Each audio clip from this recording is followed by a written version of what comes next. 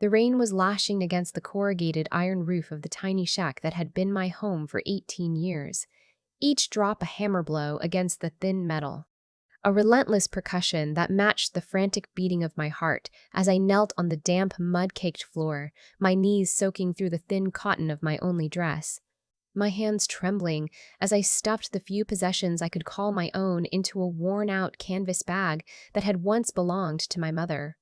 A faded photograph of her smiling face, her eyes full of a warmth I had not felt since she died when I was 7, a cracked leather-bound Bible with her name inscribed in fading gold letters, a cheap silver locket that held a single lock of her chestnut hair, and a small wooden cross she had carved herself, which I clutched so tightly that the edges bit into my palm, drawing tiny beads of blood that I barely noticed because the pain in my chest was so much greater, so much more consuming than any physical wound could ever be. And outside the door, I could hear the raised voices of my father and his new wife, the viper who had slithered into our lives 2 years ago with her poisoned smiles and her honeyed words. The woman who had systematically erased every trace of my mother from our home, burning her clothes, throwing away her photographs, scrubbing her scent from the pillows, and then turning her venomous gaze on me.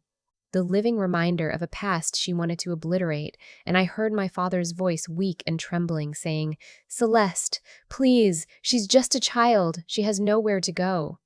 And I heard her sharp reply, her voice like broken glass. "She's 18, she's not a child anymore. She's a woman, and she needs to learn that the world doesn't owe her anything. She's been a burden on this household for far too long, eating our food, using our water, and what does she give in return? Nothing. Nothing but that sullen face, those accusing eyes always judging me, always making me feel like a villain. Well, I am not a villain. I am a wife who deserves respect. And I will not have that girl under my roof one more day, not one more hour, not one more minute. Do you hear me, Miguel? It's her or me, choose. And I heard my father's silence, that terrible damning silence that told me everything I needed to know, because he had always been weak ever since my mother died. He had been a broken man who clung to anyone who offered him comfort, and Celeste had offered him comfort and sex and a warm bed, and in return she had demanded my exile, and he had agreed. Because he was a coward, a pathetic, spineless coward who could not stand up to his own wife, even to protect his own flesh and blood. And I felt the tears streaming down my face, hot and angry. But I refused to sob.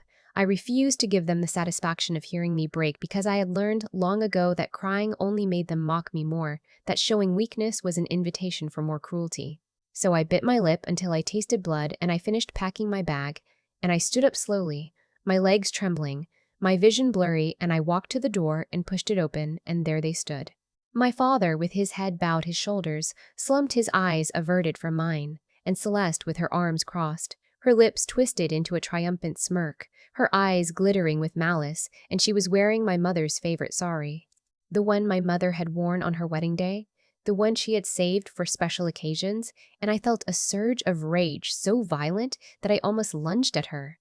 But I held myself back, because I knew that any violence would only give her the excuse to call the police to have me arrested, to make me disappear forever. And I took a deep breath. And I looked at my father. I looked him directly in the eyes, and I said, my voice barely a whisper but trembling with a fury that would have felled mountains, "Papa, you are throwing me out into a storm, with no money, no shelter, no family, no future, all because this woman, this snake has poisoned your mind and you are letting her do it. You are standing there like a puppet while she cuts the strings of our family, and I want you to remember this moment. I want you to remember my face, because one day, when you are old and sick and alone, you will think of this night and you will regret it. You will regret it more than anything you have ever done, and I will not be there to help you. I will not be there to hold your hand. I will not be there to forgive you because you have chosen her over me. You have chosen a woman who hates me over your own daughter. And I hope you can live with that.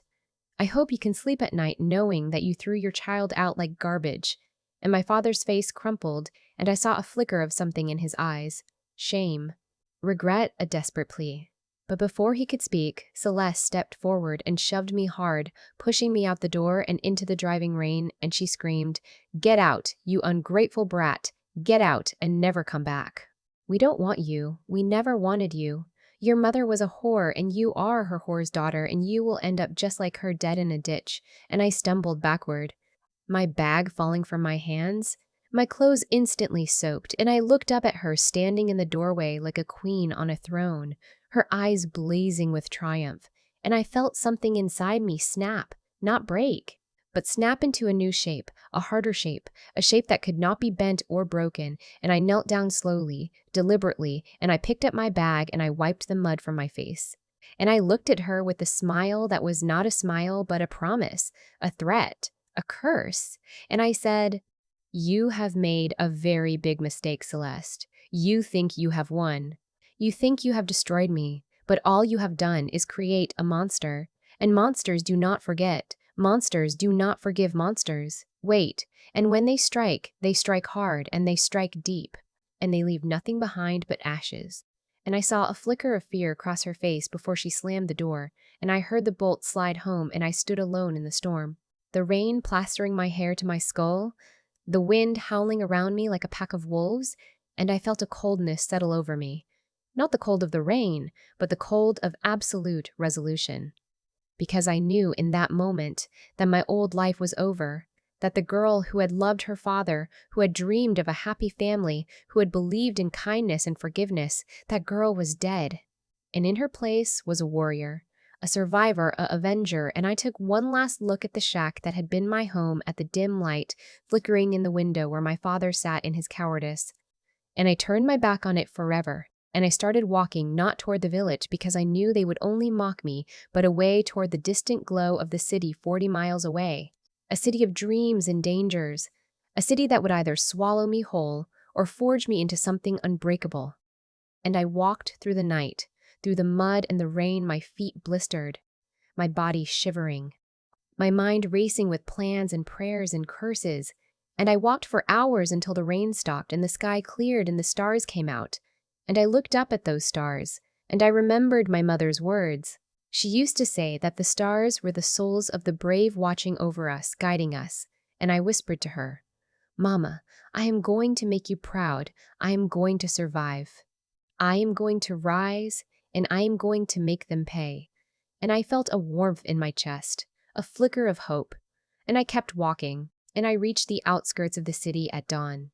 Exhausted, hungry, delirious, and I collapsed on the pavement, and I might have died there if a kind old woman had not found me, a retired schoolteacher named Mrs. Asbirius D'Souza, who was walking her dog and saw me lying in a gutter, and she knelt beside me and touched my face and said, "Child, child, what happened to you?"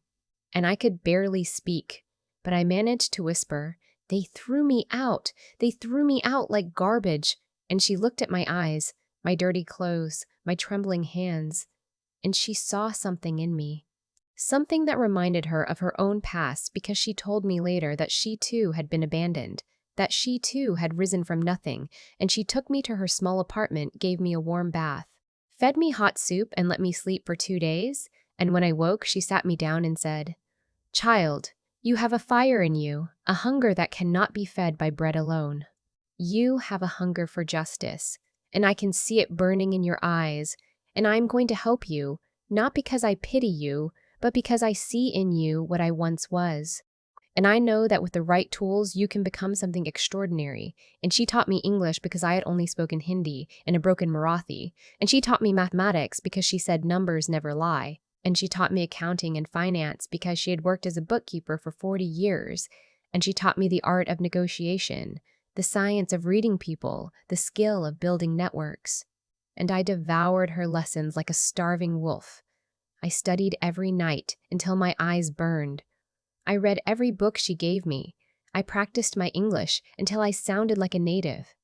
I solved problems until my mind ached because I knew that knowledge was my only weapon, my only shield, my only way out. And within 2 years, I had earned a scholarship to a local college, and within 4 years, I had graduated with honors, top of my class, and I had landed a job at a prestigious finance firm in the heart of Mumbai, and I worked there for 6 years, starting as a junior clerk and rising to senior analyst, then department head, then vice president, because I worked harder than anyone. I stayed later. I arrived earlier. I took on the projects no one wanted. I solved the problems no one could solve. I exposed the frauds no one dared to expose, and I climbed that corporate ladder with ruthless efficiency, stepping on toes when I had to, breaking alliances when they became obstacles, because I had learned that the world is not kind to the weak, that the strong survive and the weak perish. And I was no longer weak. I was no longer the girl who cried in the rain. I was a force of nature. And when I was 32, I had saved enough money and built enough connections to start my own firm, a boutique investment house that specialized in distressed assets, buying failing companies, restructuring them, and selling them for massive profits. And I made my first billion in 4 years, and then I made my second, and then my third, and I became a legend in the financial world. A woman who had risen from the gutter to the penthouse, a woman who had built an empire with nothing but her wits and her will, and I never forgot my purpose. I never forgot the night I was thrown out. I never forgot Celeste's face, my father's cowardice, the villagers' averted eyes, and I had spies everywhere. I had private investigators in my home village. I had informants who reported to me every month, and I knew that my father and Celeste had squandered my mother's inheritance, that they had lost their small business, that they were living in abject poverty, that my father was dying of cancer, that Celeste was selling her jewelry to pay for his treatment, and I felt a cold satisfaction. But it was not enough. It was never enough because I wanted more than their suffering. I wanted their humiliation. I wanted them to kneel before me, to beg for mercy, to acknowledge that they had been wrong, that I had been right, that I had risen above them in every possible way. And I planned my return for years meticulously, carefully, because I knew that when I finally walked back into that village, it would be a moment of such profound vengeance that it would echo through the ages. And I arranged a charity event, a grand gala in the village square with floodlights and cameras and journalists from every major news outlet. And I had it billed as a celebration of rural development. But the real purpose was my homecoming, my reckoning, my triumph. And on the day of the event, I traveled back in a fleet of black limousines, wearing a designer sari that cost more than the entire village's annual income. My hair perfectly coiffed, my makeup flawless, my jewelry sparkling with diamonds and emeralds, and I stepped out of the car to the gasps of the villagers who had once turned their backs on me, who had once whispered behind my back, who had once laughed at my tattered clothes, and now they were staring at me with awe and fear and disbelief, because they recognized me. They remembered the girl who had walked into the rain, and they could not reconcile that girl with the woman standing before them, a woman of immense wealth and power, a woman who commanded respect, a woman who could crush them all with a single phone call. And I walked through the village with my head held high, my heels clicking on the cobblestones like gunshots, and I made my way to the shack. The same shack now, more dilapidated than ever, the rusted roof barely holding together the walls, crumbling, the yard overgrown with weeds. And I knocked on the door, and when Celeste opened it, her face went white as ash. Her eyes widened in shock. Her mouth opened and closed like a fish gasping for air, and she stammered, "Maya? Maya, is that really you?" And I pushed past her into the tiny room where my father lay on a cot, emaciated, skeletal, barely conscious, his eyes hollow, his skin sallow, his breath shallow, and he looked at me with a flicker of recognition, a tear sliding down his cheek, and he whispered, "Maya, my Maya, I have dreamed of you. I have prayed for you. I have regretted everything, every single moment. Please, please forgive me." And I knelt beside him and took his hand, and I looked into his eyes, and I said, my voice calm and cold, "Papa, do you remember what I said to you on the night you threw me out? I said you would regret it, and I was right. I have become everything you never believed I could be. I have built an empire from nothing. I have wealth beyond your imagination. I have power that you cannot comprehend. And I came back not to forgive you, not to help you, not to hold your hand, but to show you what you threw away, to let you die knowing that your daughter became more than you ever could have dreamed, and that your weakness, your cowardice, your betrayal are what destroyed you. and I saw the light in his eyes dim. I saw his face contort with anguish, and I felt nothing. Absolutely nothing. Not pity, not anger, not even satisfaction. Just a vast, cold emptiness, and I let go of his hand, and I stood up. And I looked at Celeste, who was sobbing on the floor, clutching my feet, begging me to forgive her, to help them, to give them money for his treatment. And I looked down at her with contempt, and I said, "You called my mother a whore? You destroyed her memory. You threw me out like garbage. You fed me scraps. You beat me when I cried. You humiliated me in front of everyone. And now you want my help? Now you want my mercy? You will get neither, because mercy is for people who deserve it, and you deserve nothing but the suffering you have brought on yourselves." And I turned and walked out, and the cameras captured everything, and the next day, the headlines screamed, "Billionaire CEO reunites with dying father." But the truth was far crueler, because I had not reunited. I had condemned, and my father died a week later alone, except for Celeste, who was now destitute and homeless because I had used my connections to ensure that she could never find work, never find shelter, never find peace, and I watched from a distance as she begged on the streets, and I felt a grim satisfaction. But it was hollow because I had lost the capacity to feel anything but contempt, and I realized that my revenge had consumed me, that I had become the monster they had always accused me of being, and I spent the next 5 years in therapy trying to piece together the broken shards of my soul, and I eventually found a semblance of peace. Not through revenge, but through forgiveness. Not of them, but of myself, because I had been a victim and a perpetrator, and I had to let go of the hate to survive. And I wrote this account as a warning to anyone who has been wronged. Revenge will not heal you. It will only scar you deeper. But sometimes the scars are the only proof that you survived, and I survived. And that is my victory, and I am still standing, still breathing, still fighting, not against my enemies, but for myself. And that is the truest form of revenge, to live, to thrive, to become unstoppable. And as I stand here now looking back at the long, winding road I have traveled, I realize that the greatest revenge I ever took was not against my father or Celeste, but against the world that tried to break me because I refused to break. I refused to give up. I refused to let their cruelty define me, and I have built a life that is rich and full and meaningful. I have a foundation that helps abandoned children. I have a network of women who support each other. I have a voice that can no longer be silenced. And I have learned that the true victory is not in destroying your enemies, but in rising so high above them that they can no longer even reach you, and that is what I have done. I have risen. And I will keep rising until my name is spoken, not with pity or fear, but with respect and admiration, because I am Maya, the girl who walked through the rain, and I am still walking. And I will never stop. But just when I thought my saga was over, when I had finally started to breathe again, to feel the sun on my skin without the shadow of my past pressing down on me, when I had begun to believe that I could actually build a life that was not defined by the ashes of my childhood, the universe decided to remind me that revenge is not a straight line, but a spiraling labyrinth with hidden traps and unexpected monsters lurking around every corner. Because 3 months after my father's funeral, when I was sitting in my penthouse overlooking the glittering skyline of Mumbai, sipping expensive wine and pretending to feel satisfied with my hollow victory, I received a summons that would drag me back into the abyss I had just climbed out of. A legal notice from a boutique law firm in my home village, a firm I had never heard of, representing none other than Celeste, my stepmother, the viper I had left to rot on the streets. And the notice accused me of elder abuse, financial exploitation, and criminal neglect of my dying father,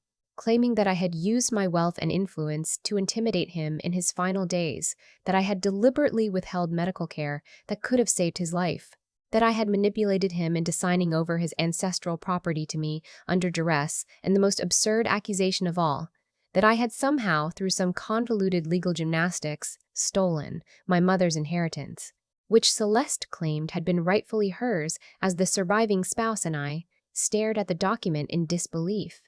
My wine glass slipping from my fingers and shattering on the marble floor, the red liquid pooling like fresh blood. Because I knew this was not a random attack. This was a calculated move by someone who had more resources than I had anticipated, someone who had been watching me from the shadows, waiting for the perfect moment to strike. And I immediately called my team of private investigators, the best money could buy, and I gave them one instruction: dig into Celeste's past with the intensity of a surgeon searching for a tumor leave, no stone unturned. Find every skeleton in her closet, every lie she had ever told, every crime she had ever committed. And while they worked, I assembled my legal defense, a phalanx of the most ruthless corporate lawyers in the country. Men and women who could tear apart a witness on the stand with the same casual efficiency they applied to hostile takeovers. And I prepared for war because I realized that Celeste, that pathetic, broken woman I had seen begging on the streets, was not as broken as she appeared.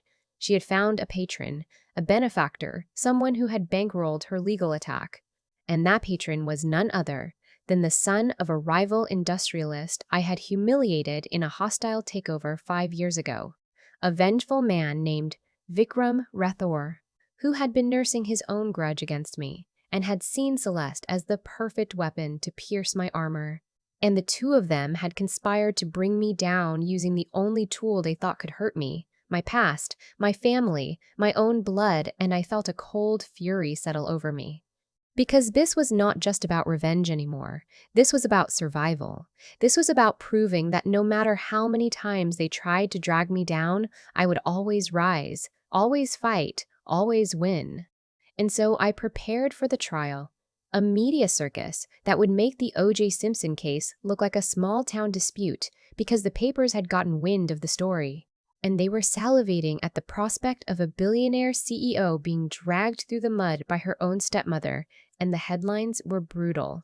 They painted me as a monster, a cold-hearted corporate shark who had abandoned her dying father and left her stepmother to starve. And even though I knew the truth, even though I had the evidence to prove my innocence, I felt the sting of public opinion.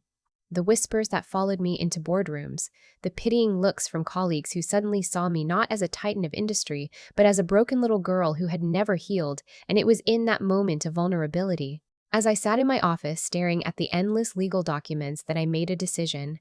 I would not just win this trial. I would destroy Celeste so completely, so thoroughly, that she would never be able to raise her head again. And I would do it by turning her own lies against her, by exposing every secret she had ever buried. And I started with the most obvious thread, her past before she married my father, because I knew that Celeste had never told the full story of where she came from. And my investigators soon uncovered a truth so explosive that it made my blood run cold. Celeste had been married before to a man in a neighboring village, and she had a daughter, a girl named Anjali, whom she had abandoned when that daughter was just 3 years old, left her with a destitute grandmother while Celeste ran off with a traveling salesman, and that daughter had grown up in poverty, had been abused by her grandmother, had been trafficked as a teenager, and had eventually escaped to become a social worker, dedicating her life to helping other victims of abuse. And I held that file in my trembling hands, reading the details of Anjali's suffering. The years of horror she had endured while Celeste had reinvented herself as a respectable widow who had lost her husband and had no children. And I felt a surge of something I had not expected. Not just anger at Celeste's hypocrisy, but a profound, aching pity for this unknown sister I had never met. This woman who had been discarded even more cruelly than I had. And I knew in that moment that I had to find her. I had to bring her into the trial. Not as a weapon, but as a witness to Celeste's true nature. And when my investigators located Anjali living in a small town in the south, working at a women's shelter, I flew to see her. I walked into that modest office and looked into her eyes, and I saw myself reflected there. The same pain, the same resilience, the same fire, and I told her everything. I told her who I was, who Celeste was, what I had endured, what she had endured. And I asked her if she would testify against the woman who had abandoned her. And Anjali looked at me with tears in her eyes and said, "I have been waiting my whole life for a chance to confront her, not for revenge, but for closure, because she left me to rot, and I survived despite her. And now I can show the world what she truly is." And I hugged her. I held her like a sister I had never known, and I felt a warmth spread through my chest. a feeling of connection that had been absent from my life for so long, and I realized that this trial was not just about my revenge anymore. It was about Anjali's healing, about breaking the cycle of abuse that Celeste had perpetuated. And when the trial finally began, it was a spectacle unlike anything the country had ever seen. The courtroom was packed with journalists. The cameras were rolling, and Celeste sat on the plaintiff's bench in a borrowed sari, her face painted with false piety, her eyes darting nervously as she tried to maintain the mask of a victim, and Vikram Rathore sat behind her, his smug expression radiating confidence because he believed he had me cornered. He believed that the public would turn against me, that I would be forced to settle out of court and pay a fortune in damages. But he had made the same mistake that everyone who opposed me made. He underestimated my ruthlessness, my patience, my willingness to burn my own bridges to win the war, and when my turn came to present my case, I did not stand up alone. I stood up with Anjali at my side, and the room fell silent because no one had expected this. No one knew that Celeste had a secret daughter. And when I introduced Anjali to the court, I watched Celeste's face drain of all color. I watched her mouth open in a silent scream. I watched her clutch the bench to keep from collapsing, because she knew that her lies were about to crumble, and Anjali spoke, her voice steady and clear, recounting her childhood of abandonment and abuse, describing how Celeste had thrown her away like garbage, had never once looked back, had never once sent a letter or a birthday card, had never once acknowledged her existence, and the courtroom gasped.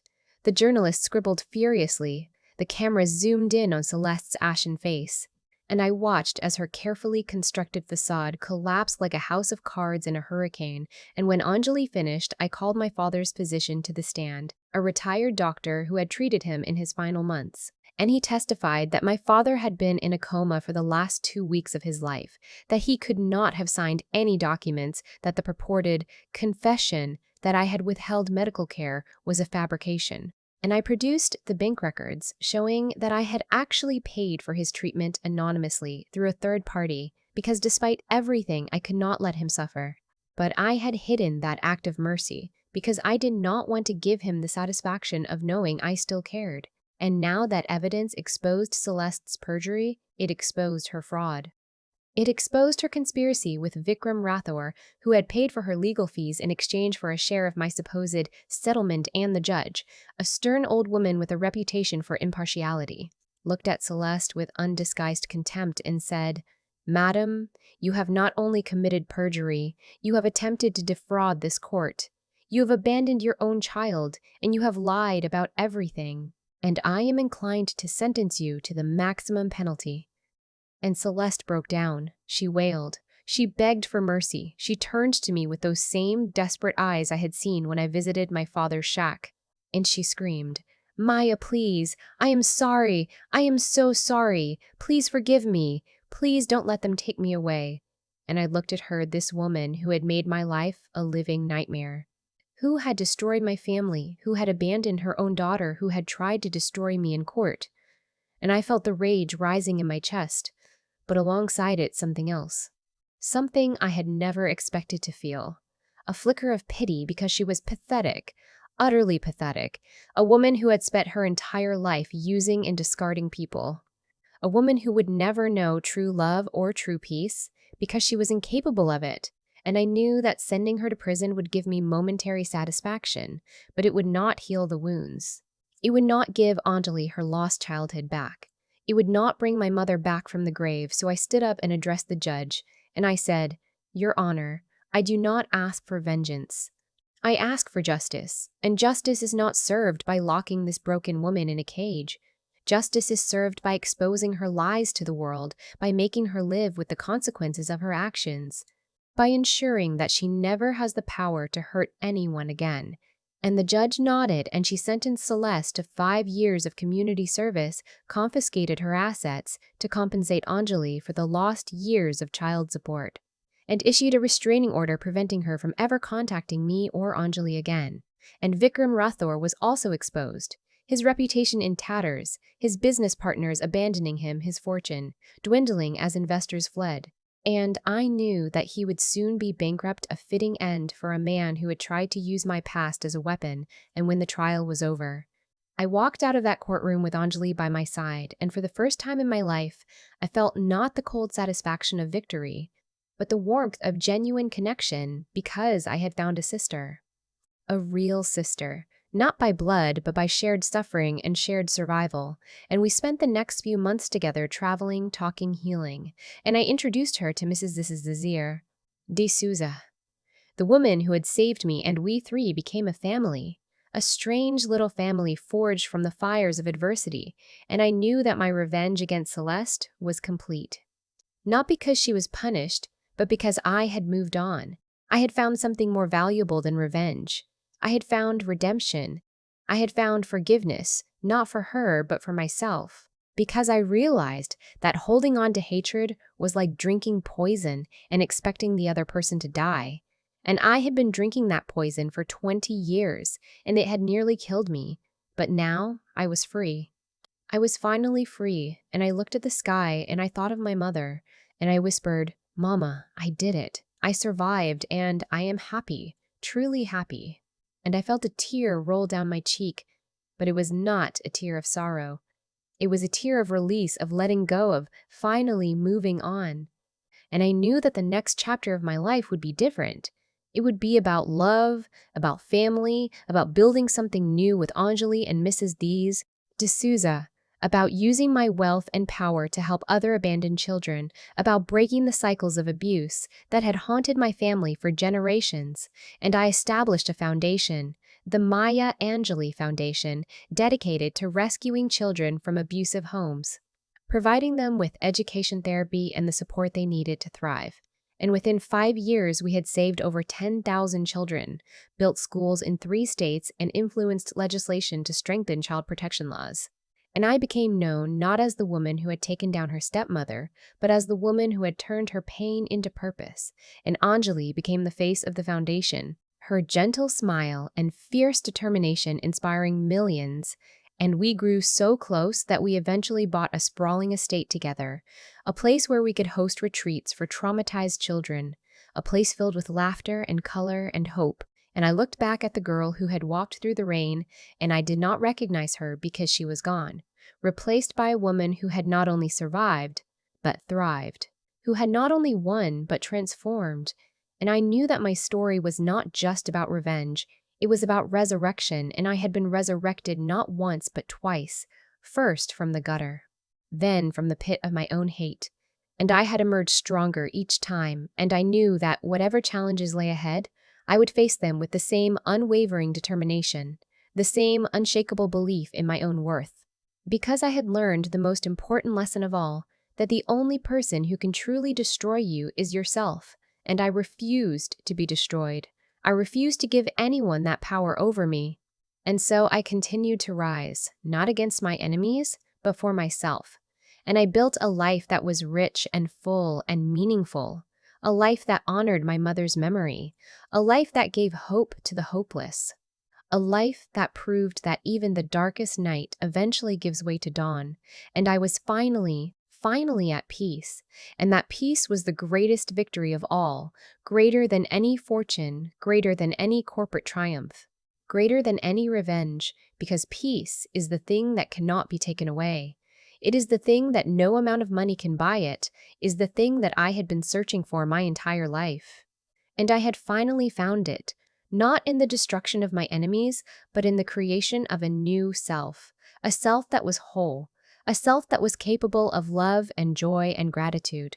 And I looked at Anjali laughing in the garden, chasing butterflies with the children we had saved, and I smiled a real smile, the kind I had not worn in decades. And I knew that my story had come full circle, from the rain to the sunshine, from the shack to the estate, from the agony to the ecstasy. And I would never forget where I came from, because that was the source of my strength. But I would no longer live in the past, because the past was a prison, and I had broken the bars. I had walked out, and I was never ever going back. And so I closed this chapter of my life with a heart full of gratitude and a mind at rest, because I have done what I set out to do. I have survived. I have thrived. and I have made a difference. And that is all any of us can ask for. That is the truest revenge, to live so well that your enemies become irrelevant. To love so fiercely that the hate can no longer reach you, to give so generously that the world becomes a little brighter, and I have done all of that. And I will continue to do so until my last breath, and when I finally go to join my mother, I will go with a smile, knowing that I lived a life worth living, a life that mattered, a life that was in the end a victory not over others, but over myself, and that is the greatest victory of all. And so, after the trial that had exposed every ugly truth about Celeste and Vikram Rathore, after the foundation had been established and had already begun changing lives, after I had found a sister in Anjali and a mother figure in Mrs. D'Souza, after I had spent months traveling through the villages of India, speaking to women who had suffered similar fates, listening to their stories, holding their hands, weeping with them and for them, after I had finally started to feel like a human being again, like a woman who was not defined by her scars, but by her strength, I realized that there was one final piece of my journey that I had left unfinished, one last pilgrimage I needed to make before I could truly close the chapter of my past and step fully into the future. And that was a visit to my mother's grave. Not the hurried, tearful visit I had made on the night I was thrown out. Not the angry, bitter visit I had made after my father's funeral, but a peaceful visit. A visit of gratitude and release, a visit where I could finally tell her everything that had happened and let go of the weight I had carried for so long. And so one morning on the anniversary of her death, I woke up early before the sun had risen, and I dressed in a simple white sari, the same color she had worn on her wedding day, and I drove alone, without bodyguards, without assistance, without anyone to witness my vulnerability, because this was a private moment, a sacred moment, a moment between a daughter and the mother she had lost too soon. And I drove for 3 hours through the winding roads of the countryside, past the fields of mustard flowers that had once been my mother's favorite, past the small temples where she had taken me to pray, past the banyan trees where she had told me stories of gods and heroes, and I finally reached the small village cemetery where she had been buried, a neglected plot of land overgrown with weeds, because my father had never maintained it after Celeste came into his life. And I knelt down with my bare hands, and I pulled out every weed I cleared, every stone. I scrubbed the crumbling headstone until the faded letters of her name were visible again, and I sat back on my heels and I read the inscription, "Here lies Lakshmi, Vasquez's beloved mother, devoted wife, may she rest in peace." And I laughed a bitter, hollow laugh, because she had been a devoted wife. But her husband had not been a devoted husband. He had let her memory be erased. He had let her grave fall into ruin. And yet here I was, her daughter, the daughter he had thrown away, the daughter who had built an empire, the daughter who had come back to restore her honor, and I placed fresh flowers on the grave marigolds, her favorite, and I lit a small lamp, and I sat cross-legged on the cold earth, and I began to speak, my voice barely a whisper, at first, but growing stronger with each word, because I knew she could hear me. I knew she was watching. I knew she had never really left me, and I said, "Mama, I am so sorry it took me so long to come back. I am so sorry I let my anger and my pain keep me away. I am so sorry I let them erase you from my heart for so many years. But I am here now, and I have so much to tell you." And I told her everything, from the night I was thrown out into the rain, to the days of hunger and despair on the streets of Mumbai, witnesses to the kindness of Mrs. D'Souza, to the years of grinding work and relentless ambition, to the building of the empire, to the trial of Celeste, to the discovery of my sister Anjali, to the foundation that was saving thousands of children. And as I spoke, the tears streamed down my face, not tears of sorrow, but tears of release, because I was finally letting go of all the secrets I had held inside, all the shame and guilt and rage that had festered for so long, and I felt the weight lifting from my shoulders. I felt the chains that had bound me to the past breaking one by one, until I was free, utterly and completely free. And I looked up at the sky, and I saw the clouds parting and the sun breaking through, and I felt a warmth spread through my chest. A warmth that was not just the sun, but my mother's presence, her love, her blessing, and I whispered, "Mama, I did it. I survived, and I am happy, truly happy, not because of the money or the power, but because I have found a family, a real family, and I have found a purpose, and I know that you are proud of me. I know that you have been with me every step of the way, and I want you to know that I will never forget you. I will never let anyone erase your memory again. I will carry you with me in my heart, in my soul, until the day I die and we are reunited. And I leaned forward and I pressed my forehead to the headstone, and I felt a peace wash over me, a peace I had never known, a peace that seemed to seep into every cell of my body. And I stayed there for hours, just sitting in silence, listening to the birds, feeling the breeze on my face. And when I finally stood up, my legs stiff and aching, I felt transformed, reborn, as if I had shed an old skin and emerged new.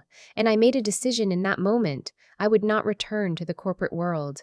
I would not spend my days chasing profits and power. I would give it all away. Not all at once, but gradually, systematically. I would divest from the industries that profited from human suffering. I would reinvest in the communities that had been left behind. I would use my wealth and influence to create a new model of capitalism, one that prioritized people over profits, one that lifted up the downtrodden instead of crushing them further, and I knew that this would make me enemies. I knew that the old guard would fight me, would call me a traitor, a fool, a naive idealist. But I did not care, because I had fought bigger battles and won, and this was a battle worth fighting. And so I returned to Mumbai, and I announced my plan to the world. I held a press conference in the grand ballroom of my headquarters, surrounded by journalists and cameras and microphones, and I stood at the podium and I said, I have spent my entire life climbing, fighting, surviving, and I have achieved more than I ever dreamed. But I have also learned that wealth without purpose is meaningless power, without compassion is empty, and success without humanity is a failure. And so I am announcing today that I will be stepping down as CEO of my conglomerate, and I will be dedicating the rest of my life to philanthropy, to social justice, to the children who have been abandoned and abused, just like I was. And I will not be doing this alone. I will be doing it with my sister Anjali and with the support of the Maya Anjali Foundation, which will now expand its reach to every corner of this country and beyond. And the room erupted in applause, not the polite applause of sycophants, but the genuine applause of people who recognized that something historic was happening. And I saw Anjali in the front row, tears streaming down her face, her smile radiant, her heart full, and I felt a surge of love for her, this woman who had been through so much. This woman who had become my rock, my anchor, my partner in this new mission, and I walked off the stage and I embraced her, and we held each other for a long time, not saying a word, because words were not needed. And I looked around the room at the faces of the people who had come to witness this moment, the journalists, the activists, the politicians, the ordinary citizens who had been touched by my story. And I realized that my revenge was not just against Celeste or my father or the world that had tried to break me. My revenge was against the very concept of helplessness, against the idea that we are defined by our circumstances, against the belief that the powerful will always crush the weak, because I had proven that the weak can rise, that the broken can heal, that the abandoned can find a family, and that was the most profound revenge of all, to rewrite the rules of the game, to change the narrative, to show that love and compassion and justice are not weaknesses but strengths, the greatest strengths of all. And as I looked at the crowd, I saw a young girl in the back row, a girl who could not have been more than 12, her eyes wide with wonder, her clothes torn and dirty, her face thin and hungry, and she was clutching a piece of paper with my name on it.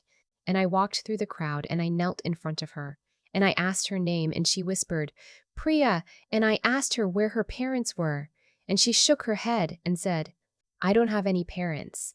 They died when I was small, and I have been living on the streets, and I heard about you, about how you were abandoned too, and I wanted to meet you, to tell you that you are my hero, that you give me hope. And I felt my heart crack open, not in pain, but in love, in an overwhelming surge of love for this little girl who had so little but still had hope. And I took her hand and I said, Priya, you are not alone anymore. You have a home, you have a family, you have me. And I brought her to the foundation that very day, and we enrolled her in our programs, and within a year she was thriving, her smile bright, her grades excellent, her future filled with possibility. And I saw in her the reflection of my own younger self, and I knew that I had been given a gift, the gift of second chances, the gift of redemption. And I would spend the rest of my life paying that gift forward, and so I did. I spent the next 30 years traveling across India, across Asia, across the world, building schools, hospitals, shelters, advocacy centers, fighting for the rights of children and women, speaking at the United Nations, testifying before parliaments, writing books that inspired millions. And I never forgot where I came from. I never forgot the rain, the hunger, the shame. And I used those memories not as weapons of bitterness, but as fuels of compassion, because I knew that my suffering had a purpose, that my pain had a meaning, that my journey was not just about my own survival, but about the survival of everyone who felt voiceless and powerless. And as I grew older, my hair turned gray, my face lined with wrinkles, my body weakened by the decades of relentless work, but my spirit remained strong, unbroken, unyielding, because I had learned the most important lesson of all, that true strength is not in the power to destroy, but in the power to heal. That true victory is not in the defeat of your enemies, but in the triumph of your own soul. That true revenge is not in the suffering of others, but in the flourishing of yourself. And I had flourished. I had blossomed. I had become everything I had ever dreamed of, and more, not because of the wealth or the fame, but because of the love, the connections, the relationships that I had built along the way. And I looked back on my life with no regrets, not even for the revenge itself, because that revenge had been necessary. It had been the crucible in which I was forged. It had given me the strength to survive. But I had not let it consume me. I had not let it define me. I had used it as a stepping stone to something greater, something more beautiful, and in the end, that was my final, ultimate victory. That I had taken the poison that was given to me and I had transformed it into medicine. That I had taken the darkness that was thrust upon me and I had transformed it into light. That I had taken the hatred that was poured into me and I had transformed it into love. And I lay on my deathbed many decades later, surrounded by my family. Anjali still by my side, her hand in mine. Mrs. the Fashion. D'Souza, now a frail old woman of 99, but still sharp as a tack, still smiling, still calling me her little star. And Priya, now a grown woman, a brilliant lawyer, a fierce advocate for children's rights. And her own daughter, my grand niece, a tiny bundle of joy named Lakshmi after my mother and I looked at them. These people who had become my family, not by blood, but by choice, not by obligation, but by love. And I felt a peace so profound, so absolute, that it eclipsed every moment of pain I had ever known, and I whispered, I am ready to go, and they wept. But their tears were not tears of sorrow. They were tears of gratitude, because they knew that I had lived a full life, a rich life, a life that had mattered, and they knew that I was at peace. And I closed my eyes, and I felt a warmth spreading through me, the same warmth I had felt at my mother's grave, and I saw her, my mother standing in a field of marigolds, her arms open wide, her smile radiant, and she said, Maya, my daughter, you have done well. You have made me proud. You have made the world a better place. Come rest now, come home. And I reached out and I took her hand and I let go of this world and I stepped into the next and I was free, finally, and completely free, not from life, but from the fear of death, not from pain, but from the memory of pain, not from loss, but from the grief of loss. And I found my peace, my eternal peace, and that was the final revenge. Not against anyone who had wronged me, but against the very idea that I could be broken because I had not been broken. I had been refined, I had been purified, I had been elevated, and I had risen, always risen until I had become a star, a guiding light for those who came after me, and I am that light now. I am that hope. I am that legacy, and my story will be told for generations, not as a story of revenge, but as a story of redemption, not as a story of hate, but as a story of love. Not as a story of destruction, but as a story of creation. And that is my gift to the world. the gift of my life, the gift of my struggle, the gift of my triumph. And as I write these final words from the place beyond the veil, I want you, dear reader, to know that you too can rise, you too can heal, you too can transform your pain into purpose, your wounds into wisdom, your scars into strength, because you are not defined by what happened to you. You are defined by what you do with it, and I have done everything. I have given everything, I have become everything, and I am at peace. And that is the end, the true end, the only end that matters.